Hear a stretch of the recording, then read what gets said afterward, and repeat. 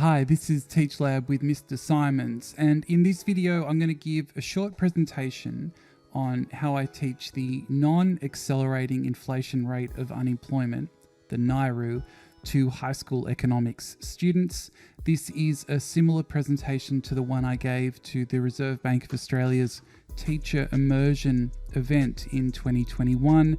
I just wanted to do a sort of shorter version focusing on a few different things for my own channel, and you can see the actual presentation that I gave with the link in the description. It'll be very similar. This will be a little bit less formal, a bit more tangents and things that I didn't add in the first time round. Anyway, let's get started.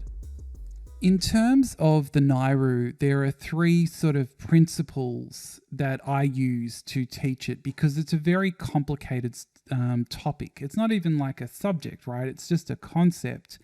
And in the HSC economics course, it's tested in a very narrow and relatively consistent fashion. So in terms of my teaching approach, I really try and narrow the focus. My starting point is that students don't need to be subject matter experts on the NAIRU. The second principle in my teaching is to focus on applying the knowledge, that past HSC questions are such an excellent indicator of the way that this concept is tested, so use them to help students understand how they will need to apply their knowledge. And then focus on feedback for students in terms of here's where you're on the right track, here is where you need to improve in explaining yourself very clearly and concisely in terms of the NAIRU. When I say narrow the focus, what I'm really talking about is that in my experience, students sort of fall into two camps. They either want to know everything possible about the NAIRU, every conceivable angle or fact as I've put there, and no question is too small.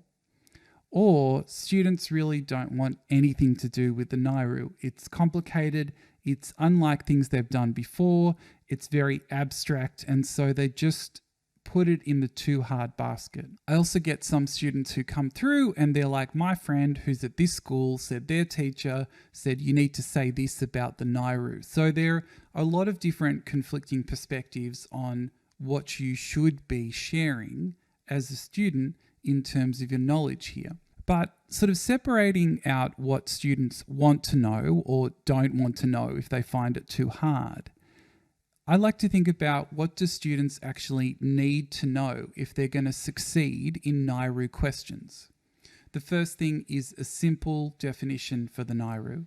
Then what happens if an economy is above, below, or at the NAIRU, being able to provide that analysis.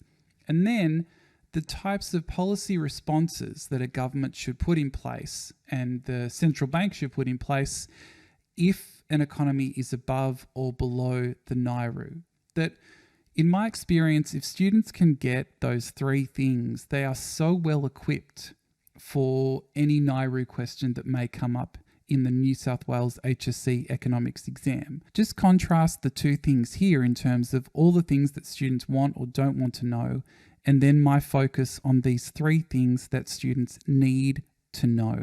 If we're looking at it here, and this slide is taken from a video that I made on the NAIRU, which I'll also link in the description, is that this idea of putting it simply to start with, that I wouldn't come into the classroom in terms of discussing the NAIRU and start talking about the Phillips curve and trade-off with inflation unemployment at the start. I think it's too much.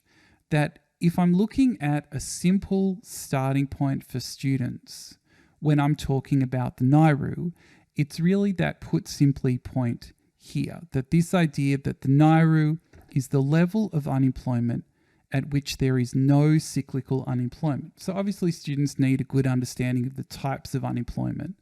But once you've got that, to be able to say, let's just start with this idea that the NAIRU occurs when there is no cyclical unemployment. So then students have something to hook it on in the sense of saying, okay, so at least I know as a definition, as a starting point, that the NAIRU occurs when there is no cyclical unemployment in the economy.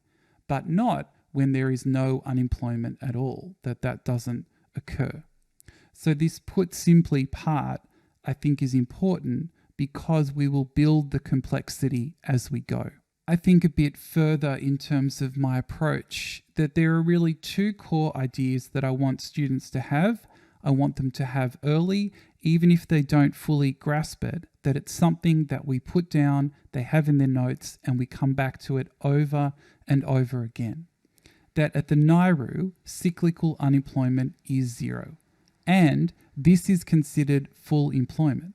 This can be a bit tricky for students because they're like, but there are still other forms of unemployment, and that's true.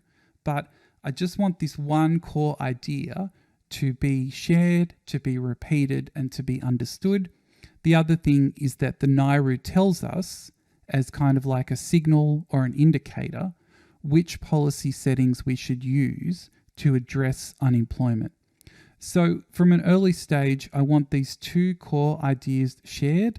I want them repeated, reiterated. I want students engaging with them because this is so foundational in terms of what we do with this. So my first point was to narrow the focus. And now my second point here in teaching the NAIRU is to focus on application. And what I mean by that is that it's not exactly the same every year or every time it's asked, but there definitely is a pattern. That if you've seen past HSC questions for a number of years, you will start to see the way that the NAIRU is examined. And it's really important to know that the application is very much in a sort of narrow fashion, that students are not asked to write an entire essay just on the NAIRU. That's not something that's been examined in the past, and it doesn't seem the focus in terms of the examination. So what we need to think about is that what are the ways that students need to apply the knowledge about the NAIRU? It's that question in pink down the bottom here. What do they actually need to be prepared for? When teaching the NAIRU, and it may just be my approach, is that I get a lot of students saying, can you read over my notes on the NAIRU? And my answer is always no, because reading over someone else's notes, it's not a hugely useful activity. What I would rather is that students attempt a question like this 2015 question here, using their notes as they have them, and then in terms of maybe the mistakes they might make in answering this question is for them to go back and revise their notes. So rather than me doing the work for them in terms of their notes, I'm asking them to apply whatever knowledge they have, to correct that knowledge, and then to go back into their notes and to make sure that they reflect the suggestions and the corrections that they've been asked to make. So my focus is always on apply your knowledge and then fix your notes, rather than me as a teacher spending my time reading their notes. So this question here is from the 2020 New South Wales HSC, and you can see that it's a multiple choice question, and that the key part in terms of the language here is this statement that assume the economy is operating at the non-accelerating inflation rate of unemployment. So assume the economy is operating at the NAIRU. What I would do in terms of a question like this is I would ask students to stop. I might even take away the rest of the question in terms of the question itself and the answer categories, and ask students to talk about what does it mean if the economy is operating at the NAIRU. So what does it mean? What type of unemployment is present? What type of policy responses could be useful to deal with whatever problems that this is creating?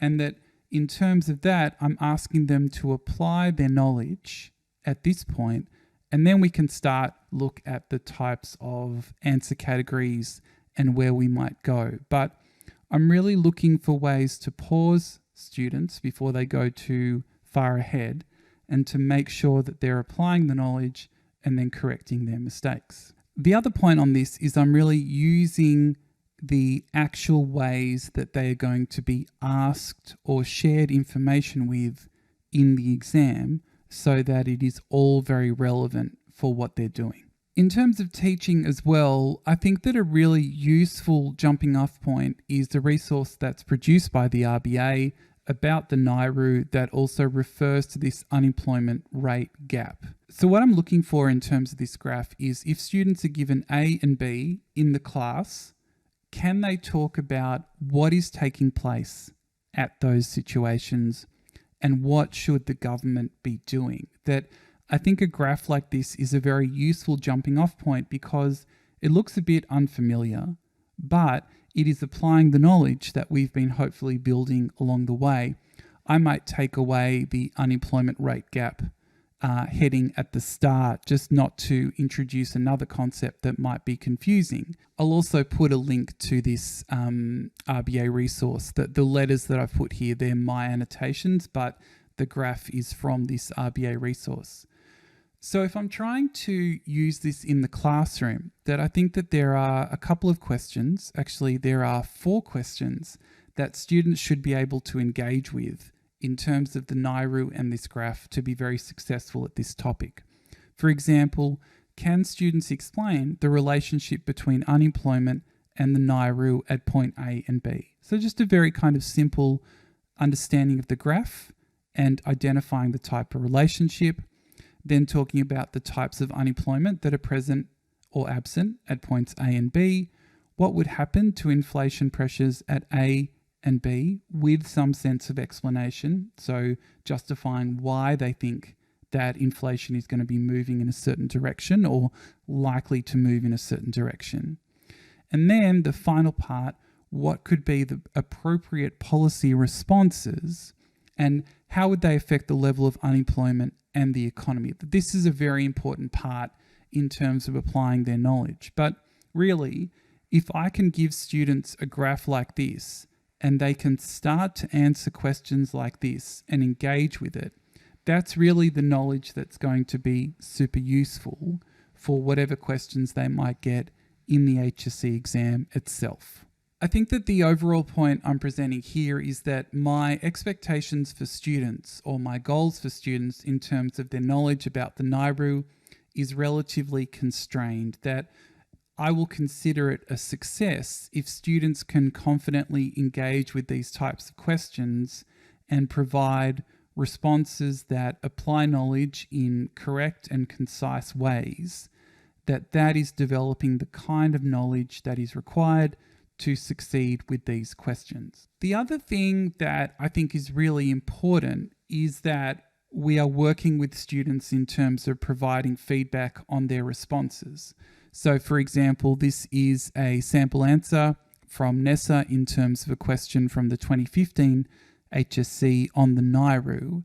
And that what I would do is I would get students to go through a response like this to see what things work, maybe what things could be improved on, because it's a sample answer, not a perfect answer.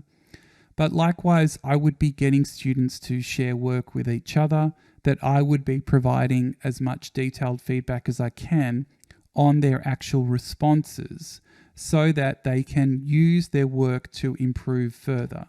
But I think that the really important part of this process for me is getting students to sit in the role of teachers and to mark the work themselves, or if they're working in small groups, to go through a answer, and that I might write answers that are very correct or very wrong and ask students to go through that with their red pen and to identify the things that are not correct, but then also provide the annotations on what should be there.